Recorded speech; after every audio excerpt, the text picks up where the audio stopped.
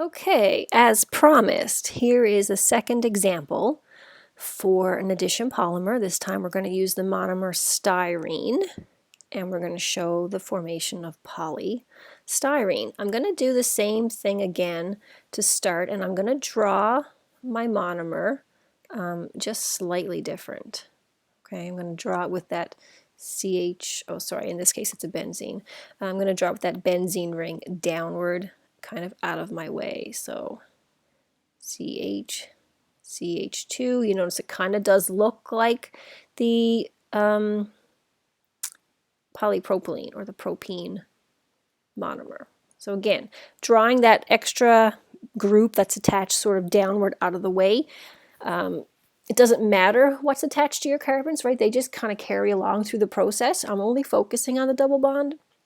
So anything else that's attached, if there were other carbon chains, on the opposite side here or on this carbon on the right, instead of a CH2, if there were other carbon chains, I would simply move them like up, down to get them out of the way. I'm not interested in what's attached. I'm only interested in the double bond. So initiation, step 1. Oh, look, it did that number 12 thing again. It did that the last time too. I'm not sure why it does that. So initiation is our step 1. Initiation is always the same in an addition polymer. So diatomic molecule exposed to ultraviolet light creates 2 X free radicals. I use X2 because it's not important what the diatomic molecule is. I'm only concerned about the free electron, the X dot. Propagation is step 2, and typically we like to see 3 propagations. So X free electron reacts with the only thing present, which is the styrene monomer. So CH double bond CH2, and the benzene is sort of down out of my way here. Okay, free electron comes in, tries to bond with carbon, curly half arrows again. Remember, movement of electrons is curly half arrows. X electron comes in, tries to bond with carbon, creates too many bonds with that carbon atom, forces the double bond to break. 1 electron comes left to meet the incoming. 1 goes right towards the end of the chain. This essentially bonds my X atom to my monomer. Okay, so here we go. There's my benzene. Again, kind of downward out of the way, and X free electron moves to the end of the chain. There it is right there at the end of the CH2. Again, the only thing present is the styrene monomer, so the only thing it can do is add to itself. So here's our next monomer. This is going to be our next addition. Free electron comes in, tries to bond with this carbon. Double bond breaks. 1 arrow left, 1 arrow right to show the movement of the electrons. This is going to create my second monomer, my second propagation. I'm going to start on a new line because it's going to get a little bit bigger here.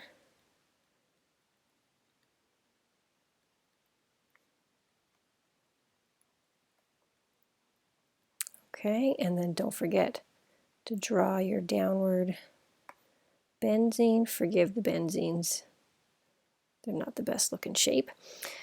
Also, single electron on the end, right? Because that's jumped through and moved through the chain all the way to the end. I can't go any further. There's nothing else, left for it to bounce across. Here I've got 2 repeating units. And again, like I said, we typically like to see 3 propagations, 3 units. So I'm going to add the third monomer,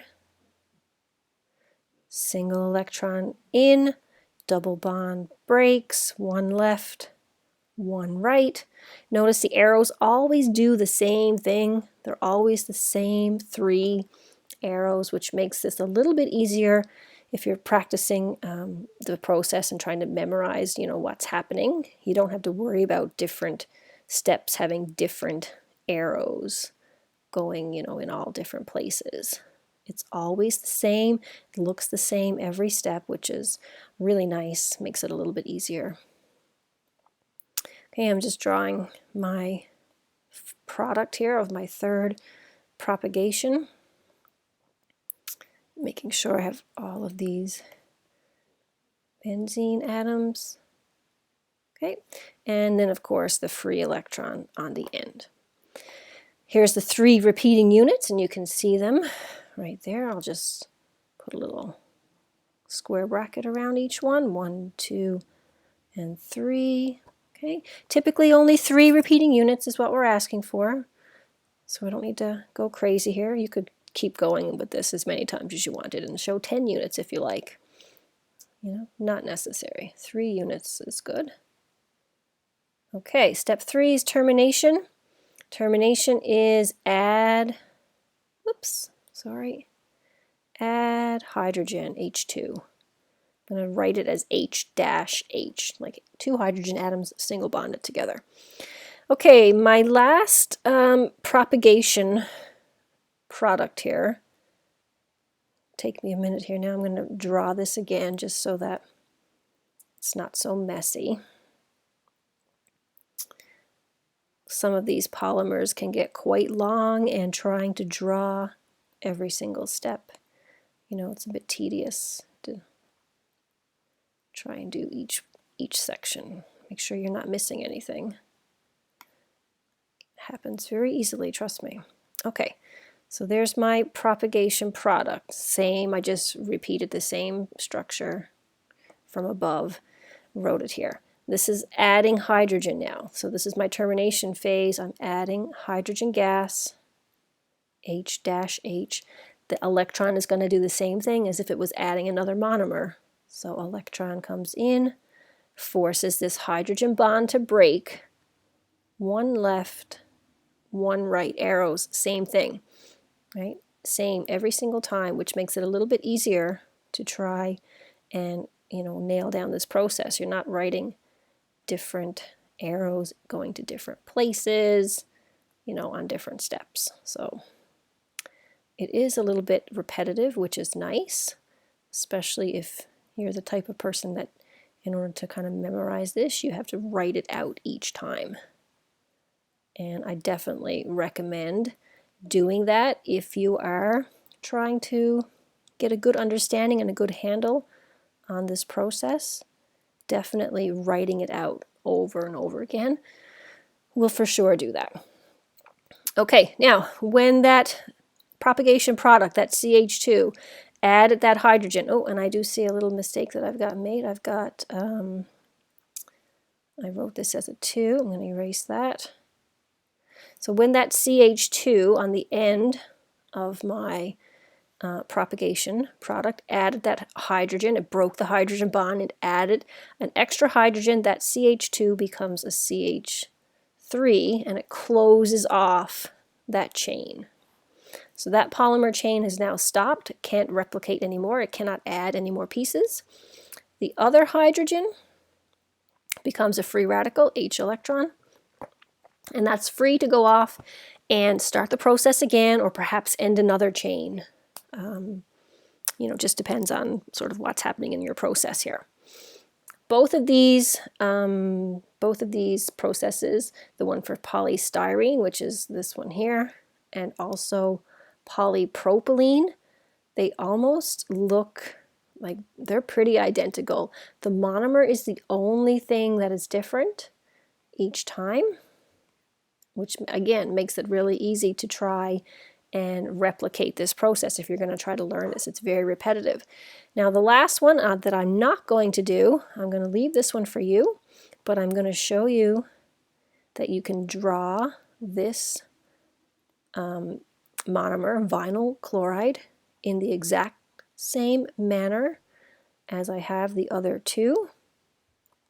Okay, so carbon-carbon double bond. This time, instead of a benzene in the downward position, like above, or a methyl in the downward position, like the first example I did, This time we have a chlorine in the downward position.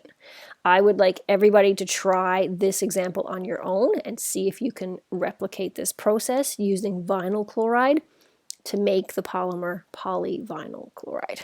Good luck. If you have any questions, you can certainly ask. And the solution is also posted from the workbook under the content section.